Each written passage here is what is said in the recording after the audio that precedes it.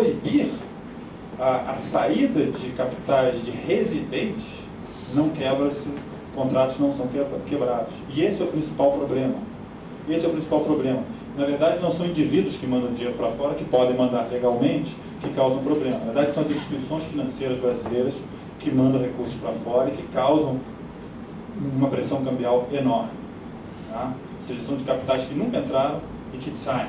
Tá? E depois voltam, mas quando voltam, já voltam com a cara de estrangeiros, não voltam mais com a cara de capitais brasileiros. Então, era preciso ser pensada esta possibilidade, a possibilidade de impedir que residentes mandassem recursos para fora livremente. Tá? Diga lá, eu esqueci. Minha pergunta só é porque quando se vê na imprensa, pelo menos, uma das argumentações para não se reduzir os juros é a pressão inflacionária, ou utilizar os juros como ferramenta para controlar a inflação. Olha só, se você fizer uma correlação entre juros e câmbio, tá?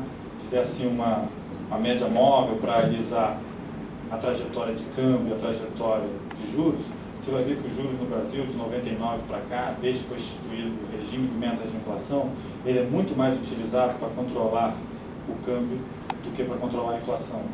Na verdade, os nossos juros não conseguem controlar a nossa inflação. Tá? Isso são dados. Por que nós estouramos a meta de inflação todos os anos?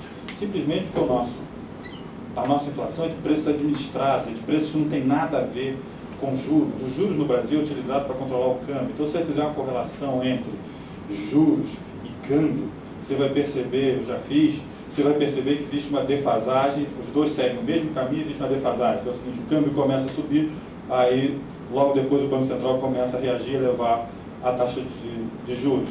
Depois o câmbio começa a cair, aí o Banco Central vê o que vai acontecer e começa a reduzir a taxa de juros. Então, o caminho das duas é a mesma, ou seja, não é os juros que controlam a inflação. Aliás, está controlando uma parte da inflação e está causando uma tremenda distorção na economia. Qual é a tremenda distorção que está causando a taxa de juros na economia?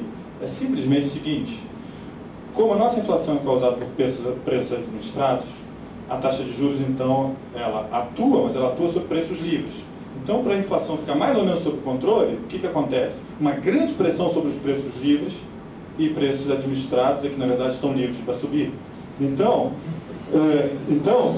a média, se você vai analisar o seguinte: a média, o IPCA sobe 12%, você vai olhar lá ver quando subiu o preço administrado, os preços administrados subiram 23, 25 naquele ano. E preços livres subiram 10, 8. Então é por isso que na cesta das famílias, ir ao supermercado não está ficando um grande problema. Agora, pagar a conta de telefone, ninguém consegue mais pagar. Ninguém consegue mais pagar a energia elétrica. Isso é graças à nossa vontade de controlar a inflação, que é de preços administrados, com taxa de juros. Taxa de juros pressiona os preços livres e deixa os administrados livres. Tá? Então, o resultado é um resultado caótico para a economia e um resultado grave, porque preços relativos devem ter um certo equilíbrio. O que nós estamos fazendo é distanciando cada vez mais preços livres de preços administrados. O supermercado está ficando barato, pagar a conta de telefone está ficando impossível. Tá? Então, eu diria que não é a taxa de juros, não tem sido utilizada para controlar a inflação no Brasil.